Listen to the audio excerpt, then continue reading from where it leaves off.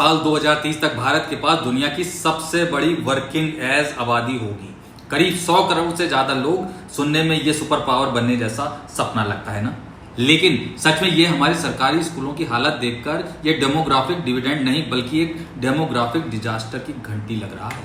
हम हर मंच पे चिल्लाते हैं कि भारत एक युवा देश है, लेकिन जिस देश में 5वीं क्लास का बच्चा तीसरी क्लास की किताब नहीं पढ़ सकता, वो देश के आगे कैसे ले जाएगा। हम फसल काटने की तो बात कर रहे हैं, पर उसकी बुनियाद को स्कूल लेवल पर ही बर्बाद कर रहे हैं। जमीनी हकीकत और आंकड़े बात बहुत सीधी है। हमारे पास युवा तो हैं, लेकिन क्या वो एम्प्लॉयबल हैं? कागज पर हमारा एनरोलमेंट रेट 95% के पार है। यानी बच्चे स्कूल जा तो रहे हैं, लेकिन स्कूल जाकर वो सीख क्या रहे हैं? सालों में एसआर की रिपोर्ट चीख चीख कर कह रही है कि हमारे देश में लर्निंग क्राइसिस है। 8वीं क्लास के बच्चे बेसिक जोड़ घटाना और भाग नहीं कर पा रहे हैं।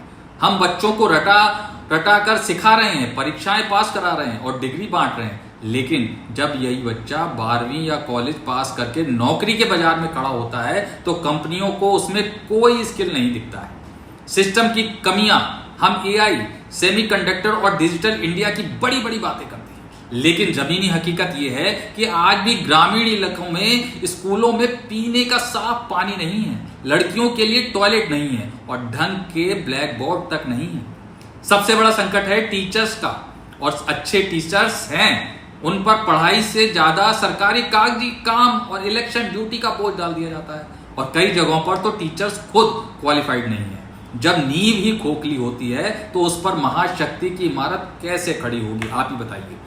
अगर हमें सच में इस युवा आबादी का फायदा उठाना है तो हमें सिर्फ कागजी साक्षरता नहीं बल्कि असली शिक्षा देनी होगी। इसका एक बड़ा हिस्सा सीधे स्कूल इंफ्रास्ट्रक्चर और वर्ल्ड क्लास की टीचर्स ट्रेनिंग में लगाना होगा। अगर आज हम नहीं संभले तो ये करोड़ों युवा देश की ताकत बनने के बजाय बेरोजगारी के एक ऐसे दलदल में फंस जाएंगे जिसे निकालना नामुमकिन होगा। आपका इस बारे में क्या सोचना है?